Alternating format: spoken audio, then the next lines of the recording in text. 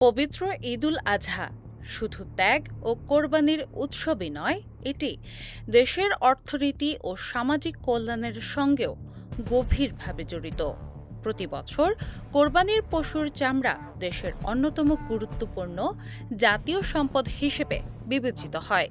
এই চামড়া রপ্তানির মাধ্যমে যেমন বৈদেশিক মুদ্রা অর্জিত হয়, তেমনি এর বিক্রির অর্থ দিয়ে উপকৃত হয় হাজারো এতিম, মাদ্রাসা ও অসচ্ছল মানুষ। তাই এবারের ঈদকে সামনে রেখে চামড়া শিল্পকে ঘিরে নতুন আশার বার্তা দিয়েছে সরকার।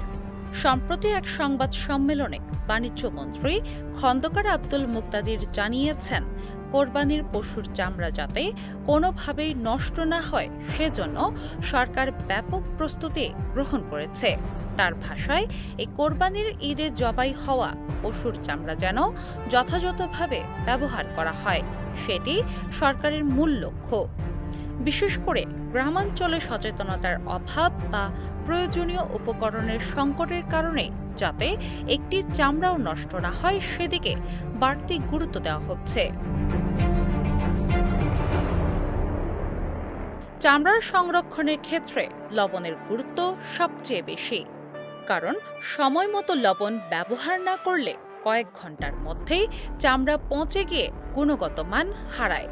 এই বাস্তবতা বিবেচনায় সরকার এবার সারা দেশে সরকারি অর্থায়নে বিনামূল্যে লবণ সরবরাহের উদ্যোগ নিয়েছে।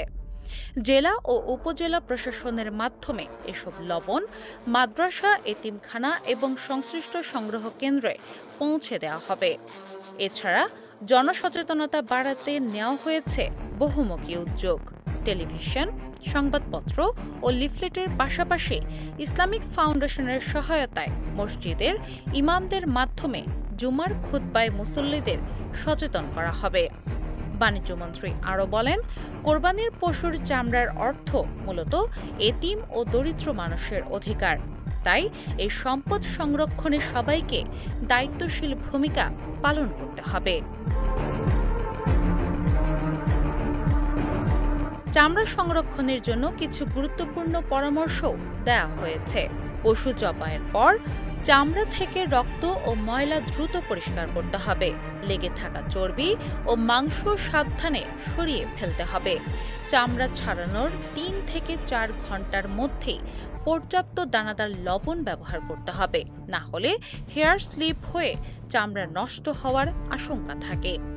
একটি বড় গরুর চামড়া সাধারণত ৭ থেকে ৮ কেজি এবং মাঝারি আকারের চামড়ায় ৫ থেকে ৬ কেজি লবণ ব্যবহার করার পরামর্শ দেওয়া হয়েছে। এছাড়া চামড়া কখনোই রোদে শুকানো বা প্লাস্টিকের বস্তায় মুখ বন্ধ করে রাখা যাবে না, এতে চামড়া শক্ত হয়ে ফেটে যেতে পারে।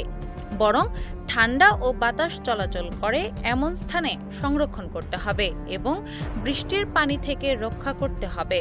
সংশ্লিষ্টরা বলছেন, কোরবানির পশুর চামড়া শুধু অর্থনৈতিক সম্পদ নয়, এটি সমাজের সুবিধাবঞ্চিত মানুষের জীবিকারও বড় অবলম্বন।